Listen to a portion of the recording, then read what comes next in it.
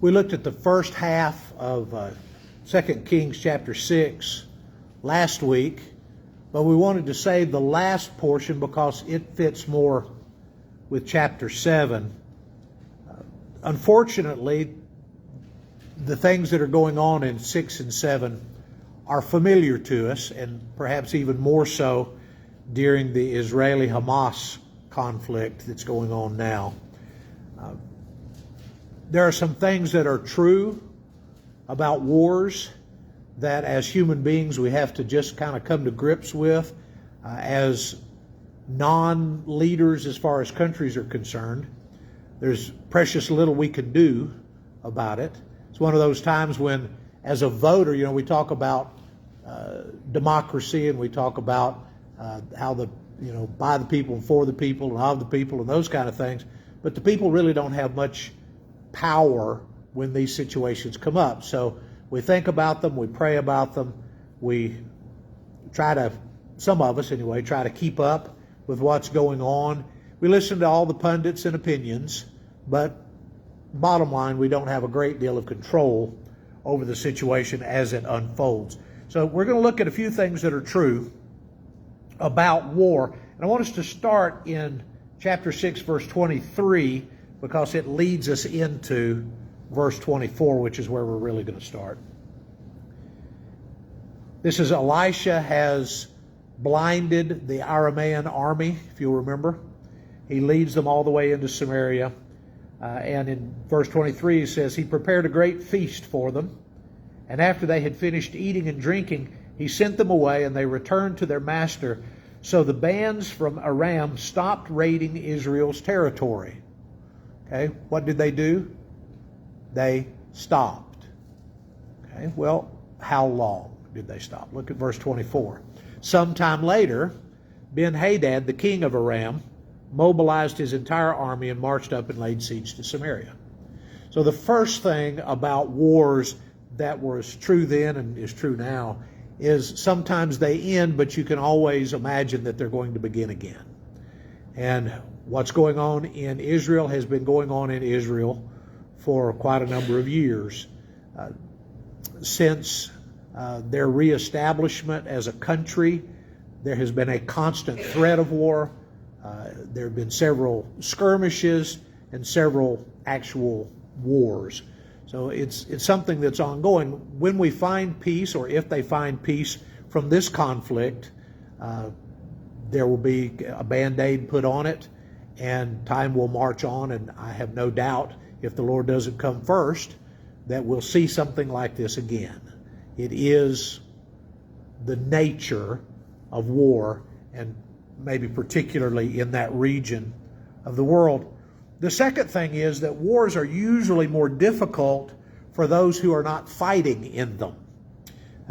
We talk about us not having much control over what's going on in other places. What about the people who are living in those other places? Beginning with those who went to a concert and to a big party and ended up being killed, parents and children massacred in their homes. How much control did those people have? Just not much at all. And so war tends to take a heavy toll on people that didn't choose it and wouldn't choose it and didn't want to be part of it, but somehow the war catches up to them. The war going on between Ben-Hadad and the Arameans and the Samaritans in this passage takes the form of a siege. And sieges are more horrible than just about anything else that we could imagine. So let's keep reading. Verse 24, sometime later, Ben-Hadad, king of Aram, mobilized his entire army and marched up and laid siege to Samaria. There was a great famine in the city. The siege lasted so long that a donkey's head sold for 80 shekels of silver and a quarter of a cab of seed pods for 5 shekels. In other words, you could get food that you didn't want, but you'd have to pay more money than you had. So these people are starving to death because of the siege that Ben-Hadad has put against Samaria. This was one of the most popular, and I guess still in some ways is, one of the most popular ways to fight a war. You just cut off all their supplies. When they get hungry enough and enough of them die, then you can move in and take over. They'll either eventually surrender or just die out, and you can take what used to be theirs. It's a terrible way to treat other human beings, but it works. And so lots and lots of civilizations down through the centuries have used sieges to get control over their enemies. Verse 26, as the king of Israel was passing by on the wall, a woman cried out to him, "Help me, my lord the king." The king replied, "If the Lord does not help you, where can I get help for you? From the threshing floor? From the winepress?" Then he asked her, "What's the matter?"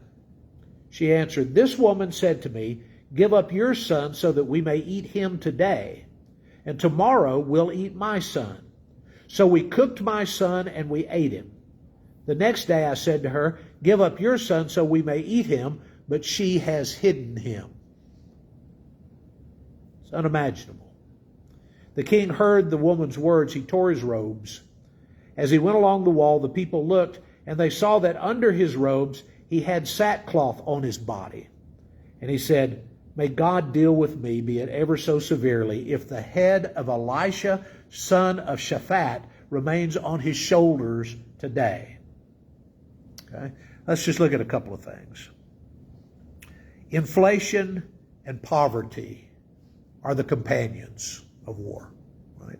Here's two women who had no way of surviving unless they decided to eat their children. Now, in our country, we look at the Donner Party, right? They get trapped, they can't get out, they're dying, and so they began to eat those who have passed away. Nobody in that party wanted that. If you had asked them, a week before they went into that pass, whether that was what they wanted to do or if they would ever do it, they would have told you no. But war changes things. And here are these two women who have made a pact. We'll eat your son today, we'll eat my son tomorrow. Well, one of them loved her son so much that she backs out of the deal. Do you blame her for backing out of the deal, or do you praise her for loving her son and not wanting to butcher him? She's in a situation you and I have never been in. So we can have an opinion, but we don't get a vote. These women were just powerless. Well, then the king comes walking by and she reports the problem to him. He's supposed to be the judge over them. He's supposed to have the power, I guess, to make this other woman give up her son. He asks what the problem is, and she tells him, and he just tears his robes, and underneath his robes, he's already wearing sackcloth. Sackcloth was a sign of mourning. Right? What is this man mourning about? His people are dying. He can't do anything about it. You ever been in that situation where there's something in your life that is just wrong and you want to fix it, but you can't fix it? And you mourn and you wish and you hope that something can change.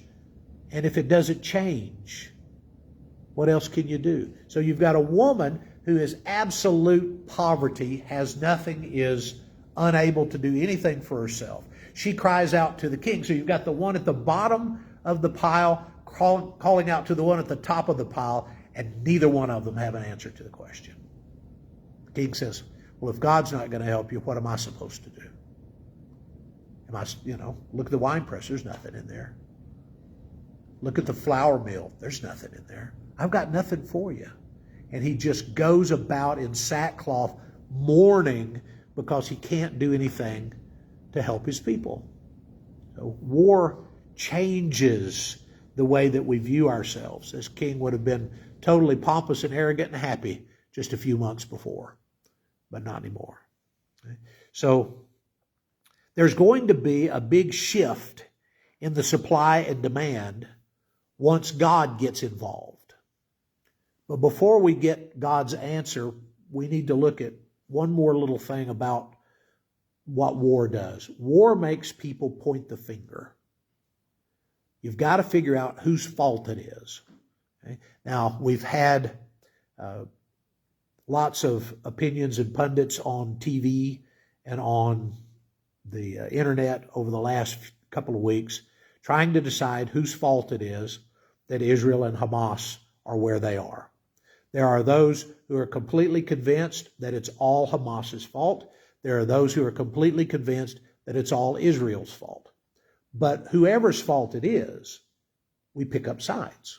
We point fingers. We've got to find somebody to blame because war is a horrible thing and somebody's got to be at fault.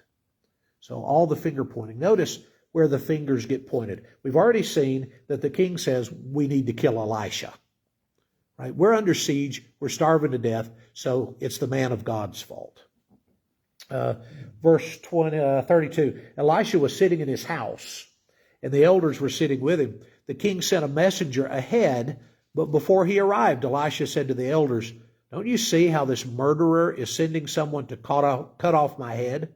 Look, when the messenger comes, shut the door and hold it shut against him. Is not the sound of his master's footsteps behind him?" While he was still talking to them, the messenger came down to him. The king said, "This disaster is from the Lord.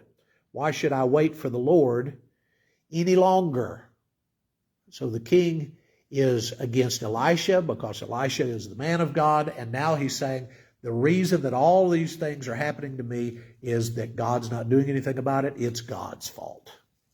So you got to point the finger at somebody. Is it your fault, king? Oh, it can't be my fault. He doesn't even blame Ben-Hadad and the Arameans. This is God's fault. And as a result, he would rather kill Elisha than anything else. All right, chapter 7. Elisha replied, "Hear the word of the Lord. This is what the Lord says. About this time tomorrow, a seah of the finest flour will sell for a shekel, and 2 seahs of barley for a shekel at the gate of Samaria." What does that mean? We're going to go from an economic status where everything costs too much to an economic status where the poorest of the poor can afford to eat well. Right? We're just going to shift in a day. Right? Here's the answer from the officer who was with the king. The officer on whose arm the king was leaning said to the man of God, "Look, even if the Lord should open the floodgates of the heavens, how could this happen?" Does that remind you of anything in the New Testament? I immediately thought of Jesus and the 5,000. Right? Jesus says, "Let's feed them." Right? Philip says, "We can't feed these people. A whole year's wages wouldn't feed all these people." Andrew says, "Well, I found this kid. He's got 5 loaves and 2 fish. But what is that among so many?" So the king's servant says, "Well, even if God gets involved, what's he going to do? He can't change things from where they are to where you say there's going to be." So all the finger pointing is going on. It's Elisha's fault. It's God's fault. And even when Elisha says God's about to intervene, God's about to do something, they can't believe him because they're so steeped in their own self-worth. It's all about what we can do, and if we can't do it, then it can't possibly be done. Skip down to verse 3. Can't read all of it. This is what happens when the siege is lifted. There were 4 men with leprosy at the entrance of the city. They said to each other, "Why stay here until we die? If we say we'll go into the city, the famine is there and we will die. And if we stay here, we will die. So let's go over to the camp of the Arameans and surrender. If they spare us, we'll live. If they kill us, we'll die." So we've got a shot here, guys. Why don't we just go over there and throw ourselves on their mercy? Maybe they'll feed us. And if they kill us, we're dying anyway. So we're not giving up anything to give it a shot. So these 4 lepers decide they're going to go out and check out what the Arameans will offer them. When they get to the Aramean camp, nobody's home. Everybody's gone. Their stuff is still there, but the Arameans have left the building. They have left all of their tents, their horses, their carrying mules, chariots, they're just gone. They took off. Well, we find out that in the middle of the night, God gave them the ability to hear what I'm assuming were the armies of heaven. They heard the armies marching. They heard the sound of this giant force coming after them. And they immediately reasoned that Israel had cut a deal with Egypt. Right? So Egypt is coming in from the south, and they're going to conquer the Arameans, and the Arameans just turn around and head for home. They don't want to deal with the Egyptian army. They don't want to deal with who they think might be coming. They get terrified, and they run away. This isn't the only place that God puts the terror, puts the fear of God in them.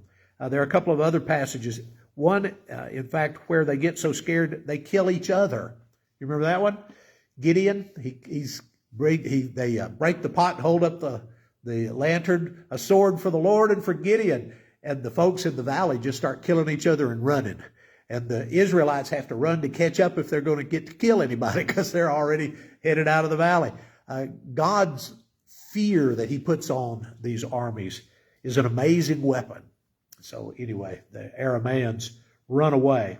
When they get there, they eat their fill. They find that there's silver and gold that's been left behind. So they're kind of filling their pockets, and they go to where they stay and they make their little cache of stuff. And then they start feeling guilty because all of their brothers and sisters are over there inside the city walls, and they're all starving to death, right? Remember, we've got a woman who's still trying to talk her neighbor into cooking her son.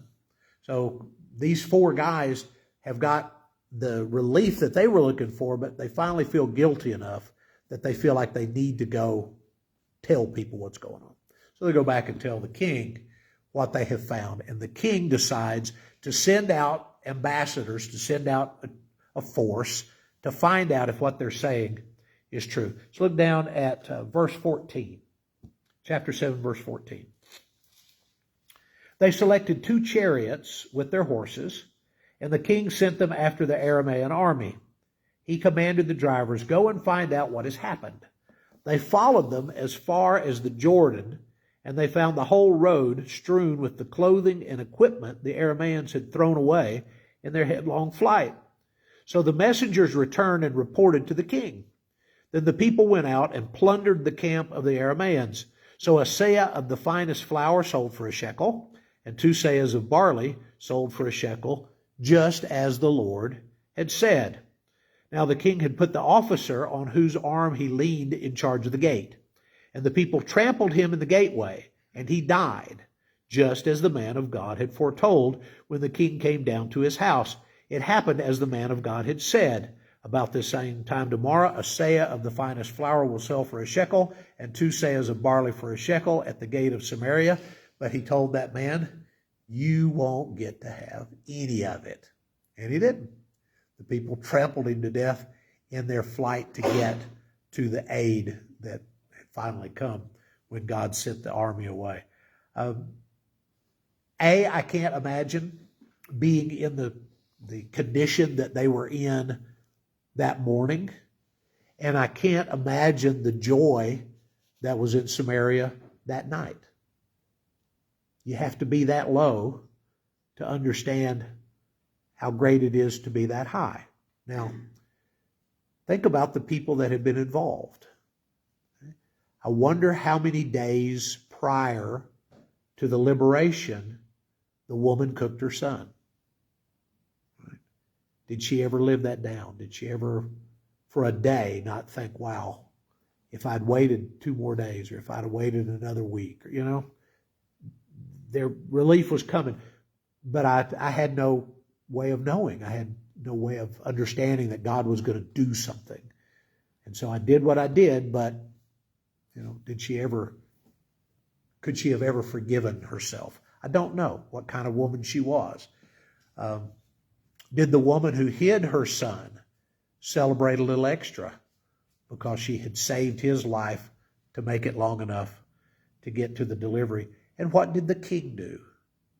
Right? He'd been wandering around feeling like he couldn't get anything done. He figured it was God's fault. Now God has come through and saved everybody. What was the king's first response? Did he put on his good clothes again when he went walking on the wall? No more sackcloth, no more mourning, just go out and be the king again?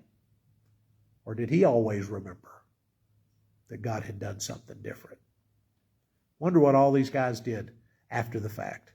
I've never experienced anything like it, and Lord willing, none of us ever will.